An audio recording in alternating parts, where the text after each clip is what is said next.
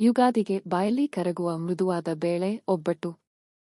ತೊಗರಿಬೇಳೆ ಬೆಲ್ಲ ಬಳಸಿ ಮಾಡುವ ಸುಲಭ ವಿಧಾನ.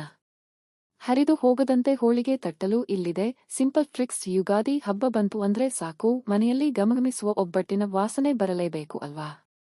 ಆದರೆ ನನಗೆ ಒಬ್ಬಟ್ಟು ಮಾಡೋಕೆ ಬರೋಲ್ಲ, ಮಾಡಿದ್ರೆ ಹರಿದು ಹೋಗುತ್ತೆ, ಹೂರಣ ಹೊರಗಡೆ ಬರುತ್ತೆ ಅಂತ ಟೆನ್ಷನ್ ಆಗ್ತಿದ್ದೀರಾ?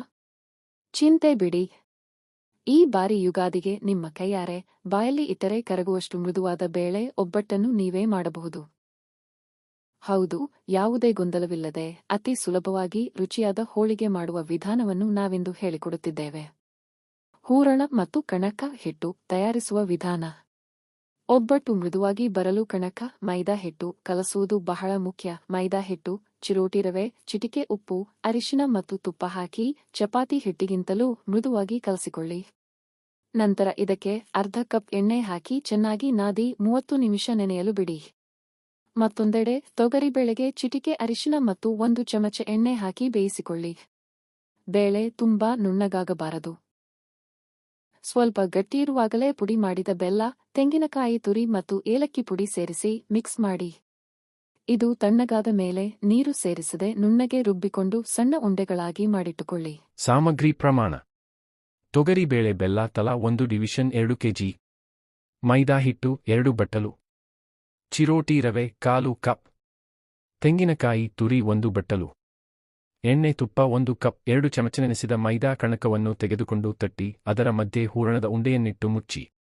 ಬಾಳೆ ಎಲೆ ಅಥವಾ ಪ್ಲಾಸ್ಟಿಕ್ ಕವರ್ ಮೇಲೆ ಎಣ್ಣೆ ಸವರಿ ಮೃದುವಾಗಿ ತಟ್ಟಿಕೊಳ್ಳಿ. ಕಾದ ತವಾ ಮೇಲೆ ತುಪ್ಪ ಸವರಿ ಎರಡೂ ಕಡೆ ಹದವಾಗಿ ಬೇಯಿಸಿದರೆ ರುಚಿಯಾದ ಬೇಳೆ ಒಬ್ಬಟ್ಟು ಸವಿಯಲು ಸಿದ್ಧ. ಮುಖ್ಯ ಸೂಚನೆ: ಒಬ್ಬಟ್ಟು ತಟ್ಟುವಾಗ ತೀರಾ ತೆಳ್ಳಗೆ ತಟ್ಟಬೇಡಿ. ಹಾಗೆ ಮಾಡಿದರೆ ಹೂರಣ ಹೊರಬಂದು ಬೇಯಿಸುವಾಗ ಹರಿದು ಹೋಗುವ ಸಾಧ್ಯತೆ ಇರುತ್ತದೆ. ಮಧ್ಯಮ ಗಾತ್ರದಲ್ಲಿ ತಟ್ಟುವುದು ಉತ್ತಮ.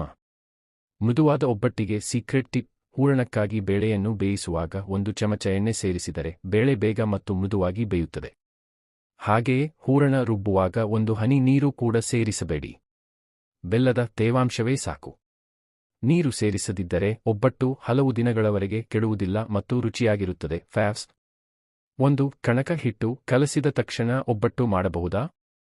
ಇಲ್ಲ, ಕಣಕವನ್ನು ಸಾಕಷ್ಟು ಎಣ್ಣೆ ಹಾಕಿ ಚೆನ್ನಾಗಿ ನಾದಿದ ನಂತರ ಕನಿಷ್ಠ 30 ನಿಮಿಷಗಳ ಕಾಲ ನೆನೆಯಲು ಬಿಡಲೇಬೇಕು. ಹಿಟ್ಟು ಎಷ್ಟು ಹೊತ್ತು ನೆನೆಯುತ್ತದೆಯೋ ಒಬ್ಬಟ್ಟು ಅಷ್ಟು ಮೃದುವಾಗಿ ಬರುತ್ತದೆ ಹಾಗೂ ತಟ್ಟುವಾಗ ಹರಿದು ಹೋಗುವುದಿಲ್ಲ. 2. ತೊಗರಿಬೇಳೆ ಬದಲಿಗೆ ಕಡಲೆಬೇಳೆ ಬಳಸಬಹುದಾ? ಖಂಡಿತ. ಇದೇ ವಿಧಾನವನ್ನು ಅನುಸರಿಸಿ ಕಡಲೆಬೇಳೆ ಬಳಸಿ ಕೂಡ ಒಬ್ಬಟ್ಟು ಮಾಡಬಹುದು. ಆದರೆ ಕಡಲೆಬೇಳೆ ಬೇಯಲು ತೊಗರಿಬೇಳೆಗಿಂತ ಸ್ವಲ್ಪ ಹೆಚ್ಚು ಸಮಯ ತೆಗೆದುಕೊಳ್ಳುತ್ತದೆ ಎಂಬುದನ್ನು ನೆನಪಿನಲ್ಲಿಡಿ.